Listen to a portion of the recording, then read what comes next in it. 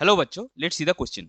यहाँ पे हमारे पास ए और बी दो क्वेश्चन है। क्वेश्चन ए में हमारे पास है what is a physical change, give two examples of physical changes. And B में हमारे पास है what is a chemical change and give two examples of chemical changes. तो चलिए सबसे पहले देखते हैं इस क्वेश्चन का की कॉन्सेप्ट क्या है।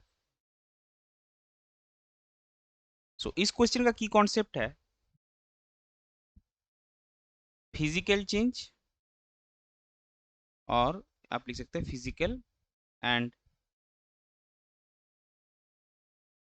Chemical change of matter. अभी देखिए सबसे पहले हम देखेंगे कि फिजिकल चेंज जो है वो क्या है। So when the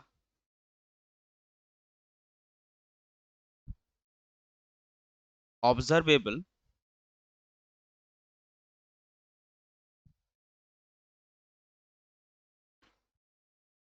properties of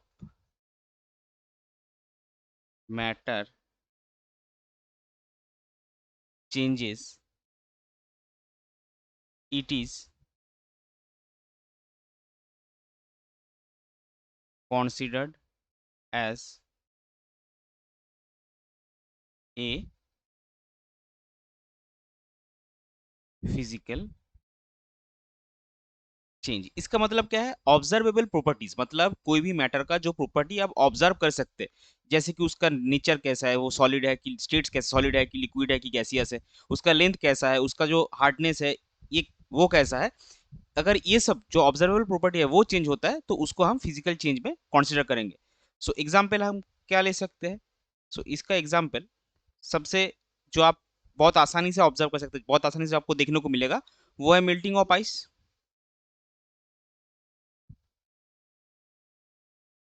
अभी देखिए जो आइस है वो तो पानी है ना, तो जैसे ही आप आइस को H2O लिक्विड में कन्वर्ट करेंगे तो क्या होगा? इसका सिर्फ जो फिजिकल स्टेट है, आइस जो आपका है वो सॉलिड है, और वाटर जो है वो, आइस इज वाटर सॉलिड, और जो आपका नॉर्मल पानी है वो लिक्विड फॉर्म में है। लेकिन कंपाउंड जो है वो तो पानी है, उसका कोई भी केमिकल चेंज या फिर नेचर जो कंपाउंड का है वो चेंज नहीं हो रहा है। मेल्टिंग ऑफ आइस एक हो गया। दूसरा आपका एग्जाम्पल आएगा ब्रेकिंग ऑफ ग्लास। मान लीजिए आपके पास एक शीशा है या फिर एक आपके पास कप है ग्लास का, तो उसका मटेरियल क्या है? उसका मटेरियल ग्लास है। तो अगर आप उस कप को तोड़ देंगे तो भी उसका क्या होगा? उसका जो कप के फॉर्म में था वो आपके कप के टुकड़े बन जाएंगे, लेकिन मटेरियल जो है, मटेरियल आपका ग्लास ही रहेगा। मटेरियल आपका वो कप का टूटने से मटेरियल आपका चेंज नहीं होगा। तो ये था आपका फिजिकल चेंज। अभी चलते हैं केमिकल चेंज क्या होता है। So when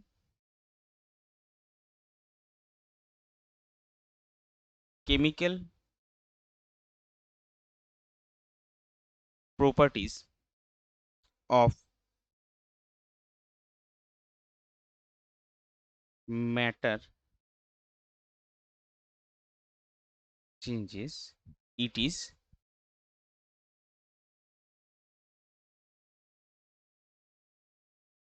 known as a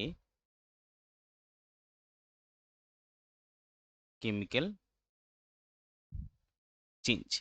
मतलब आपका जो प्रॉपर्टी है, उस जो कंपाउंड है या फिर आपका आप जिससे जिसका चेंज कर रहे हो उसका जो नेचर है वो नेचर ही चेंज हो जाएगा। मतलब मान लीजिए आपके पास ए है, ए का आप कुछ रिएक्शन करा रहे हैं तो वो ए से बी बन गया, वो अभी ए ना रहा ही नहीं, तो वो आपका हो जाएगा केमिकल चेंज। इसका एग्जाम्पल क्या होगा? इसका एग्जाम्पल है सबसे नॉर्मल जो आपको दिखता है वो है रास्टिंग ऑफ आयरन। आयरन में क्या होता है? नॉर्मली प्योर आयरन रहता है, फिर उसको केमिकल वो ऑक्सीजन के साथ रिएक्ट करके रास्ट बना देता है। रास्ट तो अभी आयरन नहीं है, वो आयरन का ऑक्साइड होता है। तो जो पहले आयरन था वो अभी आयरन का ऑक्साइड बन गया। इसका मतलब क्या? दोनों का केमिकल जो नेचर है वो अलग है। जो आपका स्पीसीज पहले था या फिर एलिमेंट पहले था वो अभी नहीं रहा। और दूसरा क्या होगा? दूसरा आपका होगा कॉम्बशन।